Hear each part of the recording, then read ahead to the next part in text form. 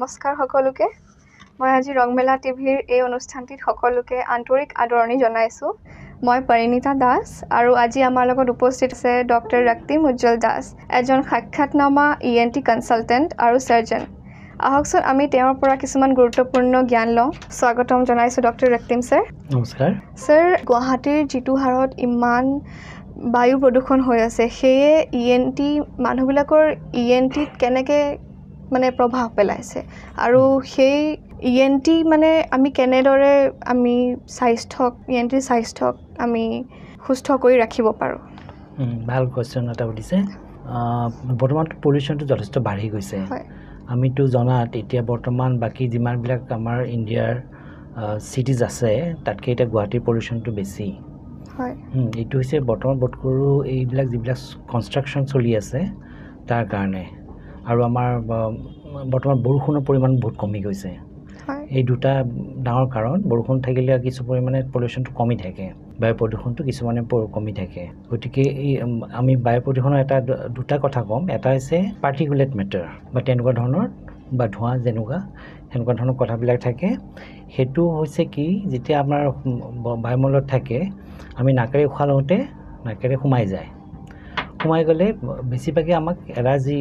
কৰে আৰু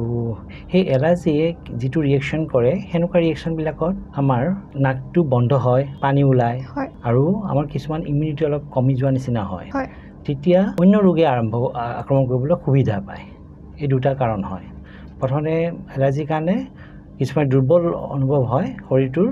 আৰু তাৰপিছত অন্য ভাইৰাছ বা বেক্টেৰিয়াই আক্ৰমণ কৰিবলৈ সুবিধা পায় গতিকে তেতিয়া আমাৰ চৰ্দি বেছিকৈ হয় আৰু হাওঁফাওঁ যদি সৰু কণিকাবিলাক গৈ পেলাই হাওঁফাওঁ পায়গৈ তেতিয়া হাওঁফাওঁ ৰোগ হোৱাৰ কথাবিলাক আহি পৰে আৰু এটা কথা থাকে কি আমাৰ শব্দটোতো বায়ুৰে ট্ৰেভেল কৰে নাজানো গতিকে শব্দটোৰ কাৰণেও আমাৰ কিছুমান কাণৰ অসুবিধা আহি পৰে যিটো আমি মানে সদায় কণ্ট্ৰল কৰিব পাৰোঁ বাকী যদি প্ৰদূষণবিলাক অলপ মানে অলপ কষ্ট হয় বায়ু শব্দ প্ৰদূষণটো কণ্ট্ৰল কৰিব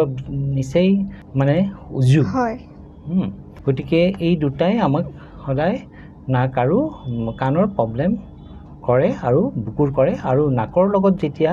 আমাৰ ডিঙিটো জড়িত হৈ আছে এতিয়া ডিঙিটো প্ৰব্লেম মানে কিছুমান অসুবিধা আহি পৰে তেনেকুৱা আৰু আজিকালি শিশুবোৰৰ মাজত যিমান মানে শিশুবোৰ বা ডাঙৰ মানুহৰ মাজত ফোন লেপটপ বা হেডফোনৰ যিমান দীঘলীয়া ব্যৱহাৰ হৈ আছে সেয়ে চকুৰ বা কাণৰ শক্তি কেনেদৰে কমাই আনিব বা প্ৰভাৱ পেলাব পাৰে চকুৰটোতো আছে স্ক্ৰীণখন যথেষ্ট উজ্জ্বল হয় নহয় গতিকে সেইটো কাৰণে চকুত অসুবিধা আহে আৰু সাধাৰণতে যিবিলাক বস্তু চাই থকা যায় তাত বহুত ইণ্টাৰেষ্টিং বস্তু থাকে সাধাৰণতে সেইবিলাক বস্তুৱে চায় গতিকে তেওঁলোকে চকু পিৰিকটি মাৰিবলৈ পাহৰি যায় পাহৰি গ'লে চকুৰ এই যিটো সন্মুখত থকা চকু পানী বুলি কওঁ আমি এটা সুন্দৰ আৱৰণ এটা থাকেতো সেইটো শুকাই গ'লে সেই ড্ৰাইনেছটোৰ কাৰণে চকুৰ কেইটামান ৰোগ আৰম্ভ হয় যেনে কনজাংটিভাইটিছ প্ৰথমতে আৰম্ভ হ'ব তাৰপিছত অন্যান্য ৰোগবিলাক সাধাৰণতে আৰম্ভ হয় আৰু কেতিয়াবা তাতে আলচাৰ হোৱা দেখা যায় আৰু কাণৰ সৈতে কি হয় যেতিয়া হেডফোন ইউজ কৰে হেডফোনটো ইউজ কৰিলে কি হয় যদি সন্তানটোৱে যদি কাণৰ হেডফোন ইউজ কৰি থাকে তেতিয়া হেডফোনত কিমান প্ৰাবল্যত ব্যৱহাৰ কৰি আছে সেইটো আনবিলাকে গম নাপায় বিশেষকৈ অভিভাৱকে গম নাপালে এই উচ্চ প্ৰাবল্যৰ হ'লে কাণৰ শ্ৰৱণ শক্তি লাহে লাহে কমি আহে সেইটো প্ৰথমতে কোনেও গম নাপায় লাহে লাহে যেতিয়া বেছি পৰিমাণে হয় তেতিয়া গম পায় তেতিয়ালৈকে কিছু পৰিমাণে চিকিৎসাৰ কোনো উপায় নাথাকে এই দুটা প্ৰধান কাৰণ হয় দেই স্যাৰ আৰু সকলোৱে নিজৰ ENT স্বাস্থ্য সুস্থকৈ ৰাখিবলৈ দুটা বা তিনিটা পইণ্ট আপুনি কি উপদেশ দিব বিচাৰিব সেইটো ক'ব গ'লে একচুৱেলি আমি যদি বিশেষ আমি যিবিলাক যতন কৰিবলৈ যাওঁ সেইবিলাক কৰিব গ'লেহে কিন্তু বেমাৰবিলাক বেছি হয় কিছুমানে কাণখন চাফা কৰিম বুলি ভাবি থাকে যে কাণত লেতেৰা এটা হ'ব যে মই চাফা কৰি ৰাখোঁচোন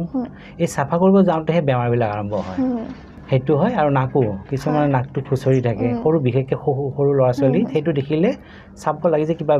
ৰোগ আছে নেকি বা কেতিয়াবা মলিত আছে নেকি সেনেকুৱা হ'লে সেইবিলাক নকৰাকৈ থাকিলে তেতিয়াহ'লে মানে স্বাস্থ্য ভালেই থাকে মানে কাণ আৰু নাকৰ আৰু ডিঙিৰো তেনেকুৱা বিশেষ কৰিব লগা নাথাকে কিন্তু দাঁতকেইটা ভালকৈ ৰাখিব লাগে দাঁতকেইটা ব্ৰাছ কৰিব লাগে দিনত দুবাৰকৈ ৰাতিপুৱা এবাৰ আৰু ৰাতি এবাৰ খোৱাৰ আগে আগে তাৰপিছত আমি একো নাখাওঁ গতিকে দাঁতকেইটা যদি চাফা থাকে তেতিয়াহ'লে বাকী ডিঙিৰ অসুখ হওঁতে ইমান সহজ নহয়গৈ আৰু যদি পাৰে ৰাতি খোৱাৰ আগে আগে কিছুমান মাউথৱাছ পোৱা যায় সেইটোৰে ডিঙিটো গাৰ্গল কৰি পেলাই থ'লে বেছি ভাল বা নিমখ পানীৰে কৰিলেও হয় তেনেকৈ কিবা এটা কৰিলেই আমাৰ ডিঙিটো ভালে থাকে স্যাৰ আজিকালি শিশুবিলাকৰ কোনটো বেছি কমন ENT ডিজিজ বা বেমাৰ আপুনি ধৰা পেলাব পাৰিছে বা গম পাইছে আৰু সেই ডিজিজ বা ৰোগটো পেৰেণ্টছে কেনেকৈ ৰোধ কৰিব পাৰিব আপুনি কি উপদেশ দিব বিচাৰে ইয়াতে মানে প্ৰথমতে শিশুবিলাকৰ নাকৰ চৰ্দি যিটো চৰ্দিটো খুব সঘনাই হয় এটাতো আমি অলৰেডি প্ৰদূষণৰ কথাটো ক'লোৱেই বা অন্যান্য কাৰণতো চৰ্দিটো যথেষ্ট বেছিকৈ হয় আৰু চৰ্দিটোৰ পৰাই আমাৰ কাণৰ এটা বিশেষ ধৰণৰ ৰোগ আছে মানে যিটো আমাৰ নাকৰ লগত কাণলৈকে সংযোগ থাকে এটা নলিকা থাকে সেই নলিকাটো বন্ধ হয় বন্ধ হ'লে কাণখনত এটা বিশেষ ধৰণৰ পানী জমা হয় বা কেতিয়াবা হাঁচি মাৰোঁতে বা অন্যান্য কাৰণত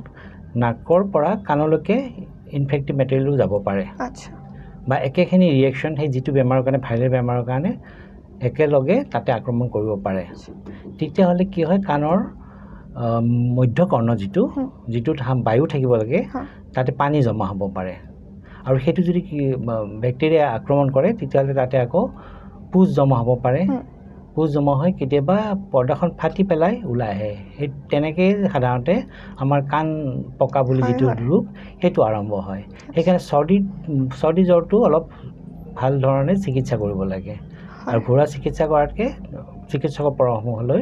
কৰিলে বেছি ভাল হয় ধন্যবাদ ডক্টৰ ৰক্তিম ছাৰ আপোনাৰ পৰা বহুতখিনি জ্ঞান লৈ আমি বহুত কৃতজ্ঞ আৰু আপোনাৰ বহুমূল্য সময়খিনি দিয়াৰ বাবে অতি ধন্যবাদ সেয়াই আজি ৰংমেলা টিভিৰ এই মঞ্চটি ইয়াতে সমাপ্ত কৰিছোঁ ধন্যবাদ